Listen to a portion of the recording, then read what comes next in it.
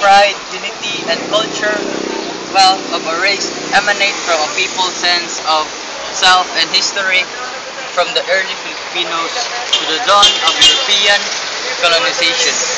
The Revolution of 1896, the birth of Philippine Republic, the heroic contribution of the Cebuano people, and the saga events which transpired on the islands of Cebu are vital elements in the formulation of the nation we know today.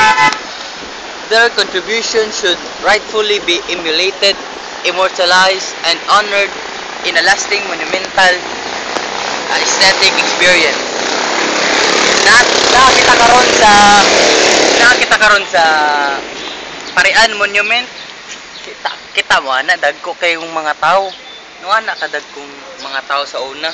Joke bitaw pero kanang monumento ha ipakita na nga kung unsa dili tungod sa kay unsa kaisog ang mga Cebuanos kung giunsa nila pag gipahalagahan nila ang ilang katungod nga mabuhi dili sa under sa mga Spaniards. Ato pika.